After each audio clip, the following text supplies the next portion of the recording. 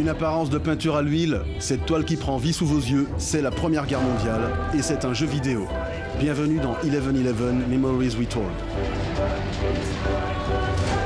Fait rare, c'est un jeu de guerre où l'on ne combat pas.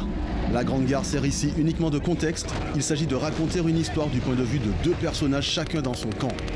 Un ingénieur, père de famille allemand parti chercher son fils sur les champs de bataille et un jeune photographe canadien un peu naïf qui veut être vu en héros par la femme qu'il convoite.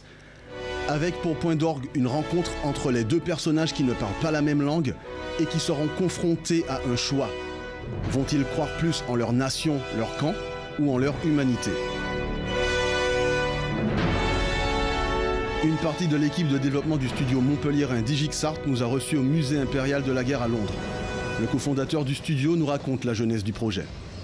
C'est un jour où ma grand-mère m'a montré et est allée chercher dans le grenier les lettres qu'elle avait de mon arrière-grand-père, donc de son père, qui avait vécu la Première Guerre mondiale, je ne savais pas du tout. Il y avait aussi cette plaque, donc qui est la plaque d'immatriculation des soldats, qui est hyper importante, elle est en aluminium, et il y a le nom de mon arrière-grand-père, Félix Chazal. On voit derrière qu'il venait de Lyon, voilà, du régiment de Lyon. Et en fait, finalement, c'est après le fait de découvrir ces lettres, de découvrir l'histoire familiale, ça m'a donné envie de savoir plus et de dire, mais en fait, qu'est-ce qui s'est passé vraiment et qu'est-ce que c'était? Et à ce moment-là, j'ai compris beaucoup de choses et j'ai eu envie d'en savoir plus et d'aller dans les musées, de voir qu'est-ce qui s'est vraiment passé à ce moment-là. Pour une immersion maximale, ils se sont bien entourés. Acteurs de doublage, historiens, une partie visuelle assurée par le studio Hardman, connu pour Wallace et Gromit.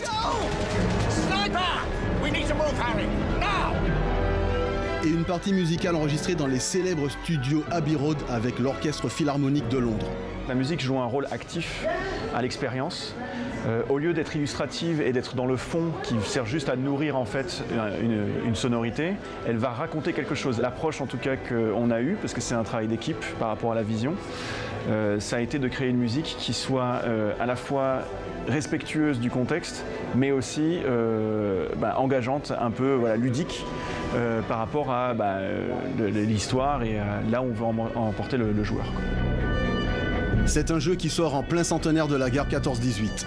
Le jeu vidéo peut-il être un bon moyen de sensibiliser les jeunes générations? Nous sommes allés poser la question à l'Institut Pasteur. Par rapport à un livre, un magazine ou un film, le jeu vidéo a l'avantage d'être interactif.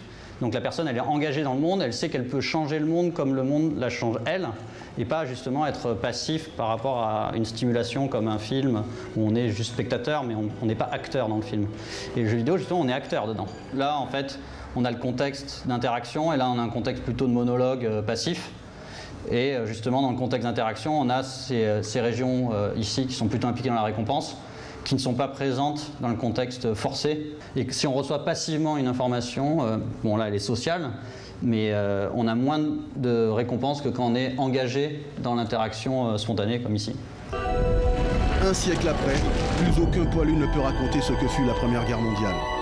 On se pose souvent la question de comment ces souvenirs vont perdurer.